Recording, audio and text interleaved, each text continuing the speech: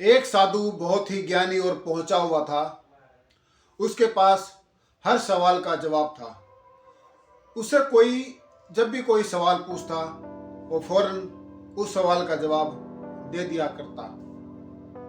एक दिन वो बैठा हुआ था, उसके पास एक लकड़हारा आता है और कहता है, महाराज मुझे एक सवाल का जवाब बताएं, मैं बहुत ही परेशान हूँ। तो साधु कहता है, पूछो। तब लकड़हारा कहता है कि मुझे ये जानना है कि पाप का गुरु कौन होता है। यह सुनकर वो साधु चुप हो जाता है, क्योंकि उसके पास इस सवाल का जवाब नहीं था। मन ही मन में साधु सोचता है कि मुझे अभी और ज्ञान की जरूरत है, मेरा ज्ञान अभी अधूरा है। और अगले दिन साधु अपनी कुटिया को छोड़कर काशी में ज्ञान की तलाश में निकल पड़ता है। जब साधु काशी पहुंचता है और किसी ज्ञानी की तलाश में इधर से उधर घूमता है, उसको कोई ज्ञानी नहीं मिलता, तब वो एक जगह उदास होकर बैठ जाता है।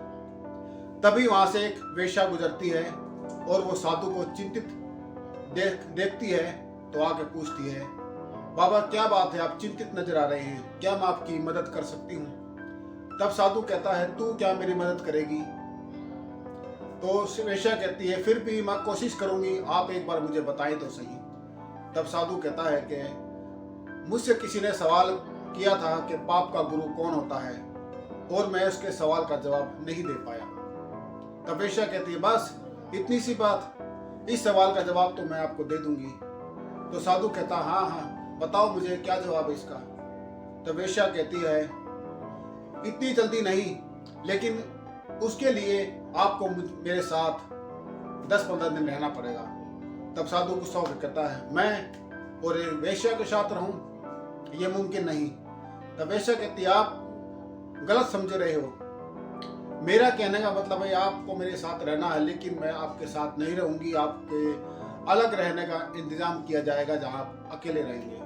तो साधु अपने सवाल के जवाब के चक्कर में उसकी बातें मान लेता है और वेश्या साधु के लिए एक अलग कमरे का इंतजाम कर देती है, जहां साधु अपने रहने लगता है और अपना खाना कपड़े लत्ते धोना खुद करता है। कुछ दिन बाद वेश्या साधु के पास पहुंचती है और कहती है, अगर आप बुरा ना मानो तो मैं आपसे एक बात कहूं। तो साधु कहता, हाँ कहो। कि बाबा मैं आपका खाना बना दूंगी, नहा धोकर पूजा पाठ कर आपके कपड़े लत्ते भी धोऊंगी, आपका खाना बनाऊंगी, आपका सारा काम करूंगी, और साथ में आपको 5 सोने के सिक्के आए महीने दूंगी। यह सुनकर साधु खुश हो जाता है, क्योंकि वो काम की वजह से बहुत परेशान था कि उसे सारा काम करना पड़ता था। तो साधु हाँ भर देता है और वेश्या अगले दिन साधु का सारा काम करने लगती है। महीना होने के बाद वेश्या साधु को 5 सोने के सिक्के देती है और कहती है, अब आपको आपके सवाल का जवाब मिल गया होगा। तो साधु कुछ समझ नहीं पाता और कहता है कि मैं कुछ समझा नहीं।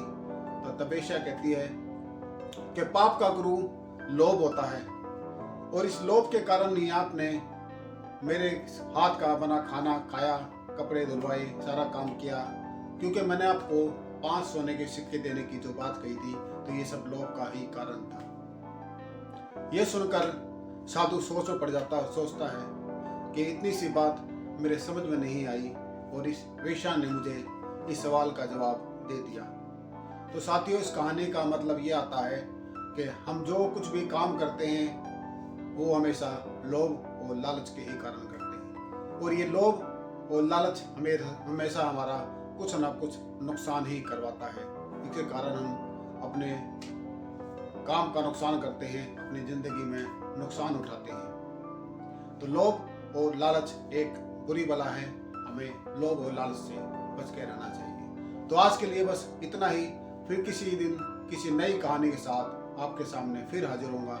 तब तक के लिए मुझे आज्ञा दीजिए। नमस्कार, जय हिंद।